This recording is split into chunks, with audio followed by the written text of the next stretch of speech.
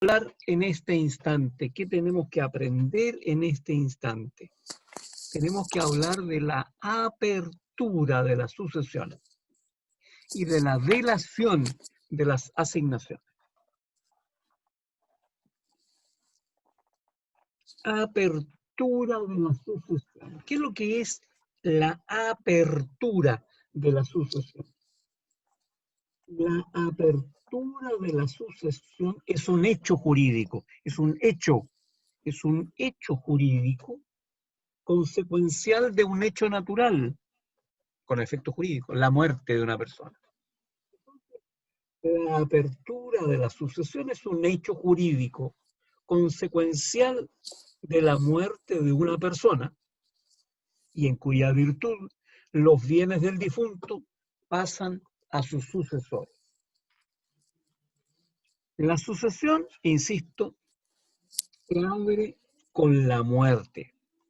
Y esta muerte puede ser la muerte natural, la muerte presunta o la comprobación judicial de la muerte, que son las variedades de muerte que tenemos, ¿cierto?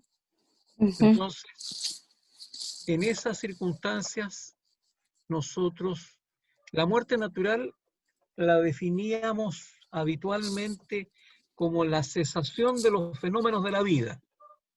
Y esta muerte natural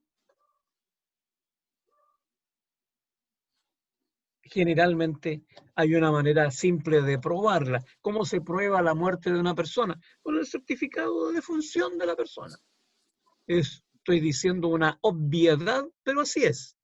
Alguien me podrá decir, pero ¿y cómo si vamos con una persona como usted que tiene sus años y hacemos un paseo a Alcohuaz, allá en lo alto, usted se mete en su carpa en la noche a dormir y al otro día cuando lo vamos a despertar, no despierta más? Entonces yo suelo preguntar, ¿y qué hacen ustedes para saber si estoy muerto? Porque no andan con médico, no vamos a bajar a ninguna parte. Entonces, doña Patricia dice, yo tengo aquí un espejito, pongámosle un espejito aquí en la cara, para si el espejito se empaña o no se empaña. Porque si se empaña significa que todavía respira. Hay que tomarle el pulso, dice otro, aquí en la mano. No, ahí en la mano ya no sirve. Ahora le suelen tomar el pulso aquí en el cuello, en las películas policiales, aparece en la serie, le toman por aquí y está muerto. Entonces, otros dicen, no, hay que tomarle el pulso en el tobillo, ya. Otros dicen, tienes una linterna, abrámosle el ojo para ver si se dilata la pupila. Si la pupila se dilata, significa que todavía está vivo. Entonces, y así hay métodos tradicionales que ustedes tienen para verificar si alguien se murió o no. Pero el camino más simple, y que es el que van a hacer, va a ser el que Manuel va a decir, subámoslo al auto y llevémoslo a Paiguano ahí para que lo vean al tiro, o en Piscoel, que hay una Samu, Sapu, qué sé yo. Y llegan con el cadáver al lugar y, oye, ¿qué les dio por llevar a este caballero tan alto? Si es enfermo el corazón y todo lo demás, por eso se les murió. Po. Bueno, ya, listo. Entonces, el médico que hay ahí en el mismo Sapu da el certificado de defunción. Listo. Paro cardíaco, paro cardiorrespiratorio, con enfermedad a base de esto y lo otro. Listo, se acabó. Ese sería el cuento. Y para obtener ese certificado de defunción, nosotros llevamos ese certificado médico que acredita la muerte al registro civil. Pero hay otro tipo de muerte. ¿Cómo se acredita la muerte encefálica, esa que sirve para los trasplantes? ¿Se acuerda usted? Cristian.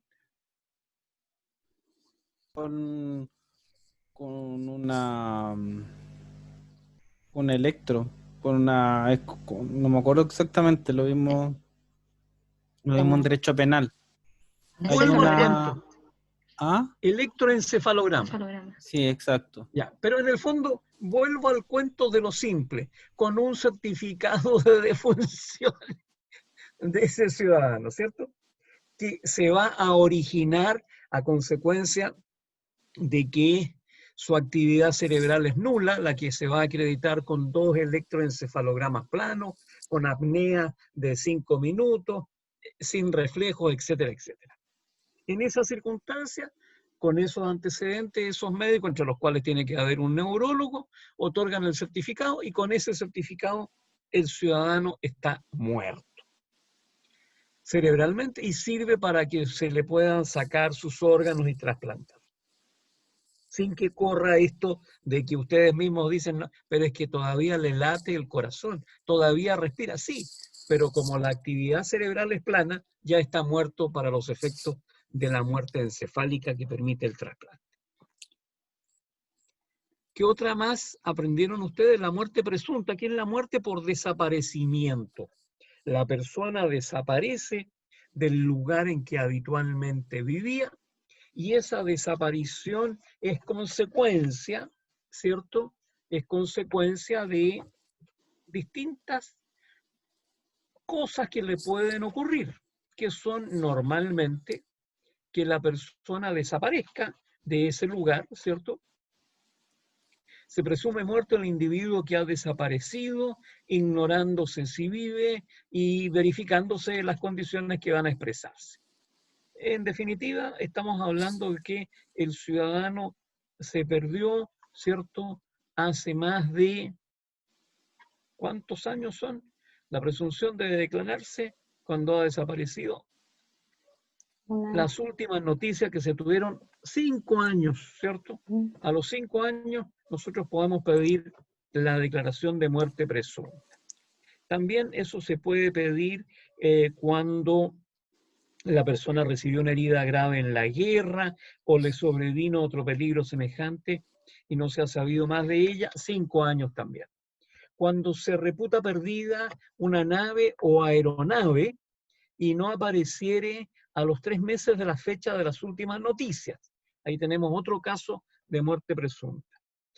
Tenemos también el caso del pasajero, ¿cierto? O tripulante de la nave o aeronave que cae al mar o a tierra y desaparece sin encontrarse sus restos. El caso de el sismo o catástrofe que provoque o haya podido provocar la muerte de numerosas personas. Entonces, en todos esos casos tenemos la posibilidad de pedir la declaración de muerte presunta al juez del último domicilio que el desaparecido haya tenido en Chile. Y recordarán ustedes que ese trámite tenía 3 etapas. Una que era la... Llegó don Joaquín Huidobro, buenas noches, don Joaquín. Medio tarde llegó, pero en fin. En todo caso, no lo Sí, profesor, dábamos lo que por pasa es que muerto. llegué, Lo teníamos solamente por que llegué hace, desaparecido. Llegó así. llegué hace poquito del trabajo, profe. Bien hecho. Que trabaje alguna vez en su vida. Ya, no está bien, Joaquín. No se haga problema. Entonces, en definitiva, nosotros estamos diciendo que había una etapa de la mera ausencia, después venía la declaración de posesión provisoria de los bienes y luego venía la declaración, el decreto de posesión definitiva. Y entonces nosotros decíamos que la posesión provisoria era la que coincidía con la posibilidad de declarar la muerte. El decreto de posesión provisoria disuelve la sociedad conyugal, ¿cierto? Termina la participación en los gananciales y se procede a la apertura y publicación del testamento, si ha dejado alguno. Entonces, con la posesión provisoria nosotros ya estábamos hablando de la muerte del desaparecido. Y después habían unas regulaciones para el evento de que se nos apareciera de nuevo el presunto desaparecido. Bueno, pero en el artículo 95, y esto a consecuencia de la ley 20.577, se estableció una forma de muerte que es mucho más expedita que la muerte presunta y que se llama comprobación judicial de la muerte. Esta comprobación judicial de la muerte se legisló en nuestro Congreso a partir del accidente del avión Caza de la Fuerza Aérea de Chile en Juan Fernández, en que el avión prácticamente se desintegró y en que la recuperación de los restos de los ocupantes del avión fue muy difícil, por una razón muy simple, que es incluso hasta morboso para mencionarlo, que es consecuencia de que en la isla de Juan Fernández lo que existe es una gran fauna marina, y esa fauna marina está compuesta de langostas, y las langostas son crustáceos carnívoros, de manera que lo más probable es que gran parte de esos restos que prácticamente se pulverizaron con el impacto del avión hayan sido devorados por estos animales. Pues bien, en esa circunstancia, la comprobación judicial de la muerte vino a decir lo siguiente: toda vez que el artículo 95, les dije, toda vez que la desaparición de una persona se hubiere producido en circunstancias tales que la muerte pueda ser tenida como cierta, aun cuando su cadáver no fuere hallado, el juez del último domicilio que el difunto haya tenido en Chile, a solicitud de cualquiera que tenga interés en ello, podrá tener por comprobada su muerte para efectos civiles y disponer la inscripción de la resolución correspondiente en el Servicio de Registro Civil e Identificación. Igual regla se aplicará en los casos en que no fuere posible la identificación del cadáver. Desaparecimos de la muerte presunta y nos vamos derechamente a este párrafo cuarto del título segundo del libro primero, en que está esta comprobación judicial de la muerte.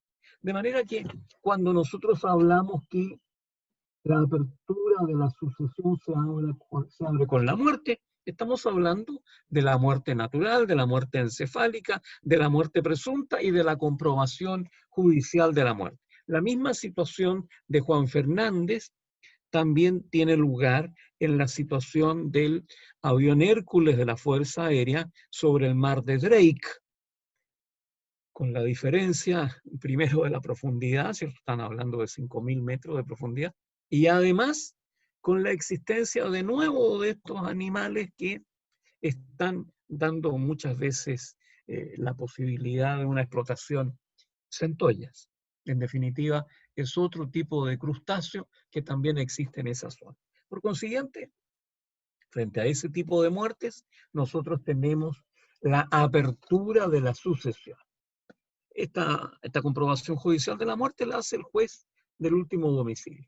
¿Qué decimos nosotros a propósito de la apertura de la sucesión? El momento de la apertura de la sucesión es el que determina que se origine en la muerte del causante. El legislador ha reglamentado minuciosamente cómo se determina el momento de la muerte, en el caso de la muerte presunta, y por reglas generales el juez el que fija ese instante. En el caso de las muertes presuntas en particular, también hay toda una regulación respecto de las fechas en que ella se debe llevar a cabo. La prueba de la muerte, insisto, en nuestro cuento, es básicamente con la respectiva partida de defunción en el registro civil e identificación. Para proceder a la inscripción, se deberá presentar un certificado médico encargado de comprobar las defunciones o el médico que ha asistido al paciente, al difunto, en su última enfermedad. Situación especial a propósito de la muerte, la de los comurientes. ¿Quiénes son estos comurientes? Determinar el momento exacto de la muerte es de especial interés cuando se trata de dos o más personas llamadas a sucederse recíprocamente. Ejemplo derivado del mismo caso del avión FAS Juan Fernández.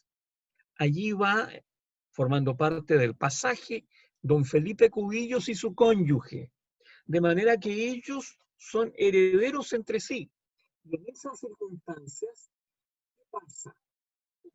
Que no sabemos quién murió primero, si ha fallecido en el mismo día, en el mismo instante, en el mismo momento. ¿Quién sobrevivió al otro?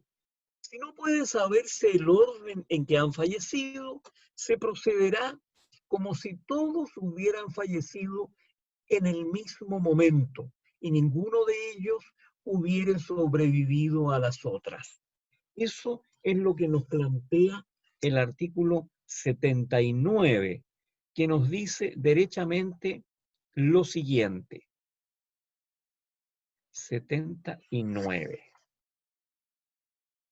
Si por haber perecido dos o más personas en un mismo acontecimiento, como en un naufragio, incendio, ruina o batalla, o por otra causa cualquiera, no pudiera saberse el orden en que han ocurrido sus fallecimientos, se procederá en todos casos como si dichas personas hubieran perecido en un mismo momento y ninguna de ellas hubiese sobrevivido a las otras.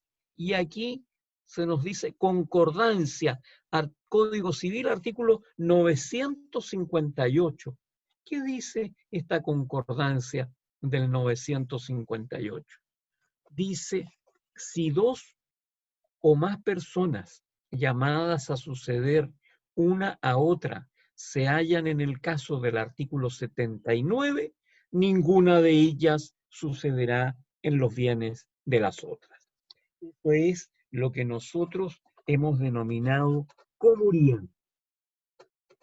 ¿Qué importancia tiene este momento de la apertura de la sucesión? Determina a las personas hábiles para heredar al difunto, al decuyus. En ese momento es el momento en el cual los asignatarios deben ser capaces y dignos. Eso lo pide el artículo 962. Dice, el 961 dice primero, será capaz y digna de suceder toda persona a quien la ley no haya declarado incapaz e indigna. El 962, para ser capaz de suceder es necesario existir al tiempo de abrirse la sucesión, salvo que se suceda por derecho de transmisión, según el artículo 957.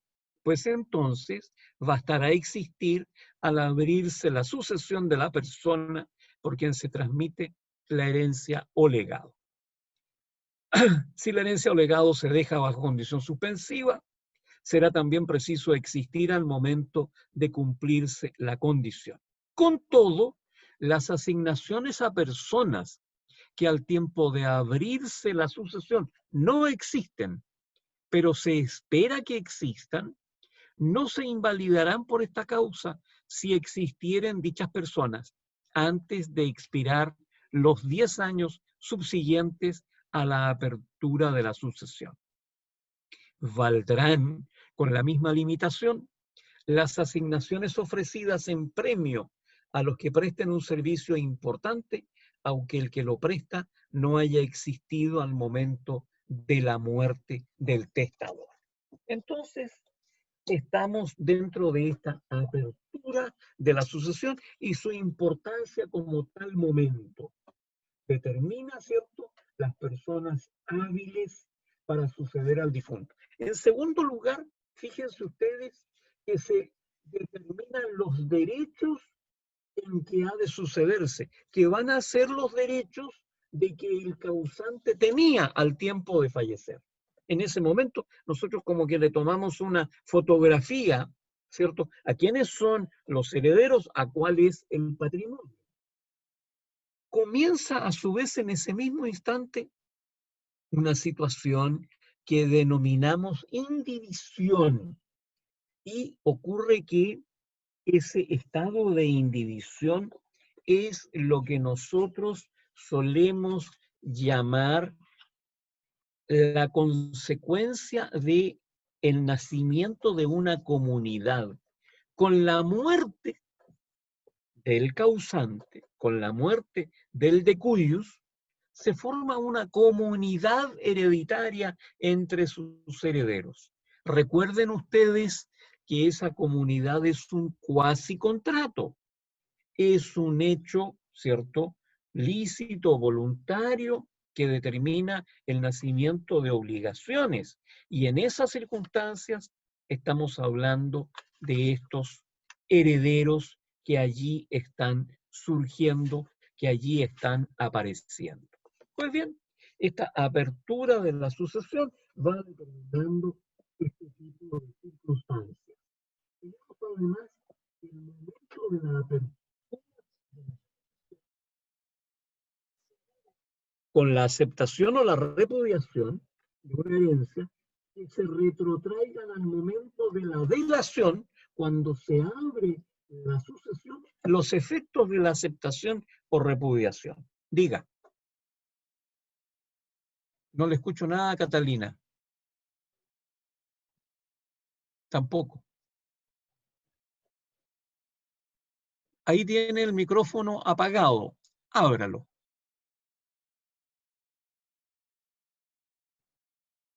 No, no se escucha nada. Pero es que tiene que abrir el micrófono, Catalina. Ahí. Ahora.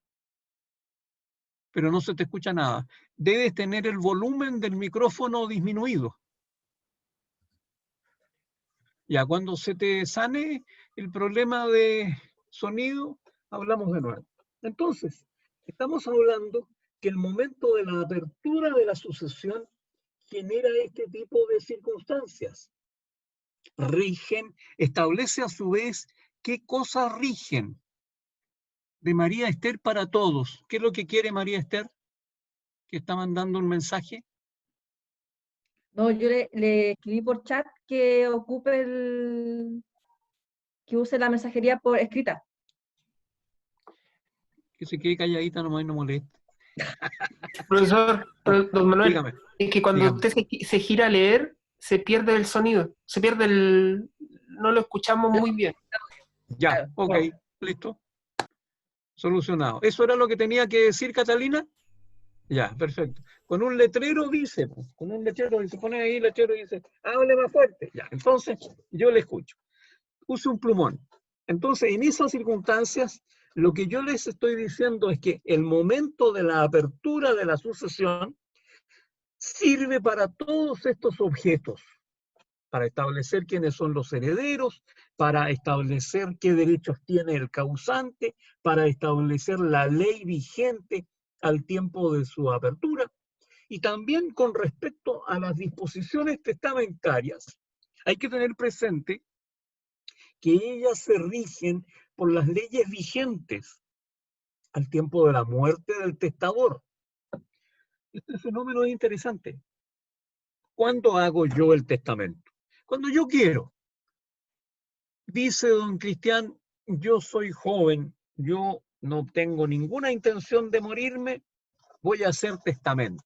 Y lo hace ahora, cuando es joven y tiene todas las ganas y los bríos de la juventud.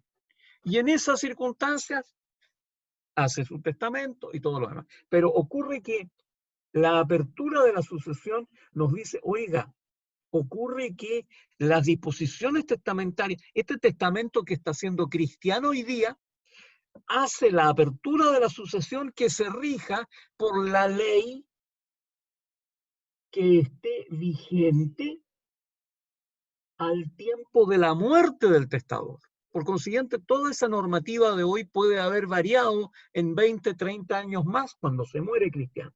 Y en esas circunstancias estamos hablando que así se van a regir. A su vez, las disposiciones testamentarias ineficaces, según una ley anterior, tendrán pleno valor si no se oponen a las leyes vigentes al fallecimiento del testador. ¿Dónde se abre la sucesión?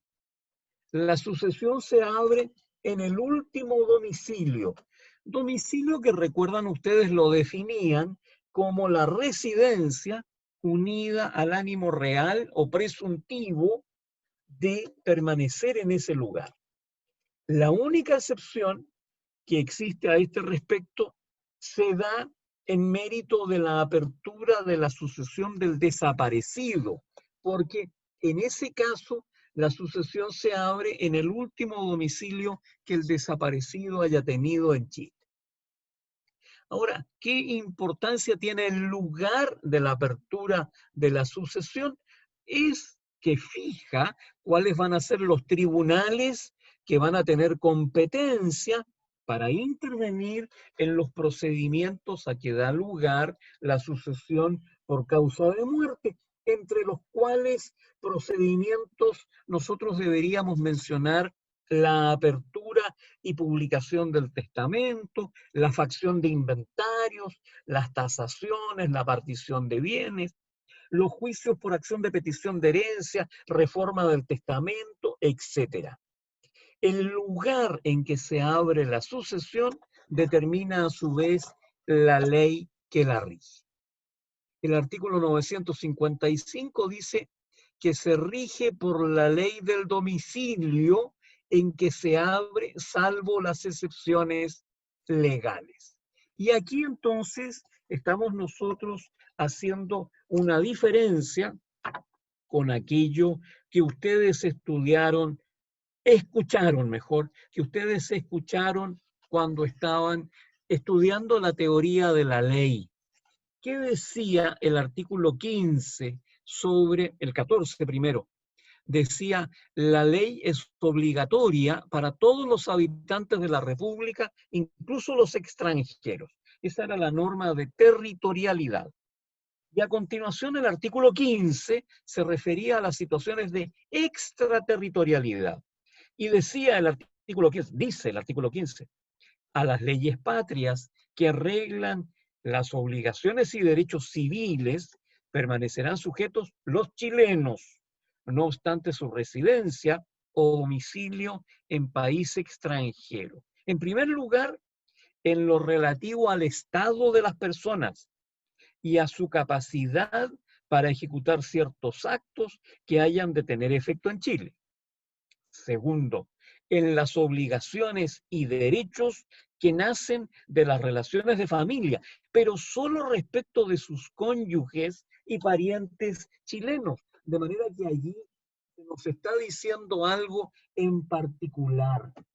Los chilenos quedan sometidos a las leyes patrias, no obstante que vivan en el extranjero, pero en lo tocante a las obligaciones y derechos que nacen de las relaciones de familia respecto de su cónyuge y pariente chileno. Esto se aplica principalmente al derecho de suceder. Esta excepción se refiere solo a los parientes chilenos. Si la sucesión se compone solo de parientes extranjeros, se va a regir por la ley extranjera. La aplicación práctica de esta norma, dicen los tratadistas, está fundada en la existencia de bienes en Chile. ¿Cuál es la situación que ocurre si el causante extranjero deja parientes chilenos? Se dice que esta disposición tiene defectos, ya que alude al lugar del fallecimiento del extranjero, que no tiene ninguna importancia para determinar las leyes que rigen la sucesión, sino el domicilio que el extranjero tenía al momento de fallecer. Según el profesor René Ramos Pasos, esta disposición debió referirse al extranjero cuya sucesión se abre fuera del territorio de la República, porque si fallece en territorio nacional, se aplica sin duda alguna la ley nacional. En consecuencia, la regla del inciso primero del artículo 998 se aplica únicamente al extranjero que deja parientes chilenos. Se refiere la disposición a la sucesión intestada. ¿Qué más decimos respecto de esta situación en que estamos hablando de la apertura de la sucesión? Y que la mencionamos junto con la delación. Abierta la sucesión, tiene lugar regularmente la delación de las asignaciones. 956, inciso primero. ¿Qué es lo que es la delación? Es el actual llamamiento de la ley a aceptar o rechazar la herencia. La ley no hace diferencia entre los asignatarios. La delación entonces coincide con la delación de las asignaciones, coincide por regla general con la apertura de la sucesión. Ambas se producen, fallece el causante y a continuación se produce la delación. Son consecuenciales la una de la otra. Se producen al momento de la muerte del causante. Las asignaciones legales son siempre puras y simples. En cambio, ¿cierto? Eso no ocurre con las asignaciones testamentarias. ¿Qué decimos a propósito de esta apertura y de esta delación? Decimos que normalmente se tiene que considerar que fallecido el causante, hay que distinguir cronológicamente 3 etapas en la sucesión. Primero, la apertura de la sucesión, que habilita a los herederos para tomar posesión de los bienes hereditarios y se los transmite en propiedad. Ese hecho jurídico, derivado del hecho natural del fallecimiento, genera la apertura de la sucesión y los herederos se hacen dueños. No necesitamos ningún trámite. Segundo, la delación de las asignaciones, que se produce aunque sea un instante después de la apertura y que es el actual llamamiento de la ley que hace a los herederos para aceptar o repudiar la asignación.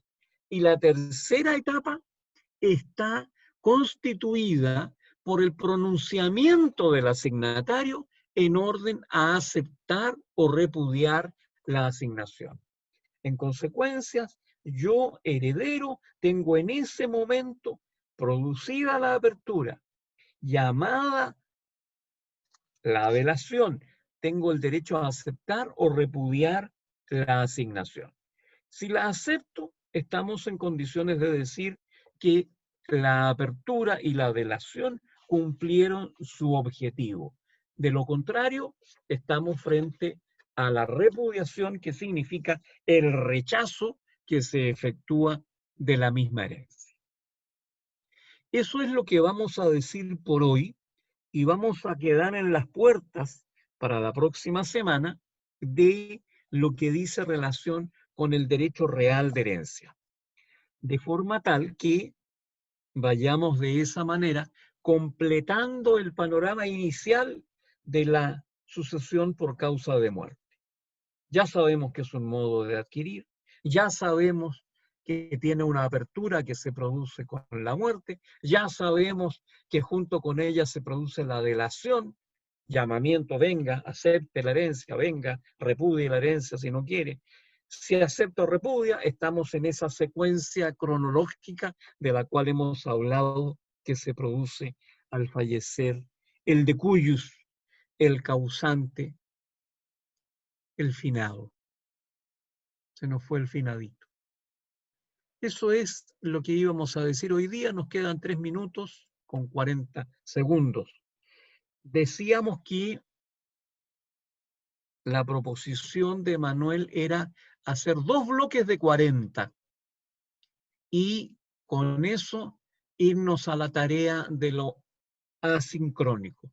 Y me parece que eso sería lo más adecuado, de manera de no cansarlos más de la cuenta en función de este tipo de materias que se van produciendo y que ustedes van conociendo recién ahora, que ese es el tema. Es simple el cuento, salvo en materias específicas, pero hay que irlo comprendiendo total y absolutamente desde el comienzo.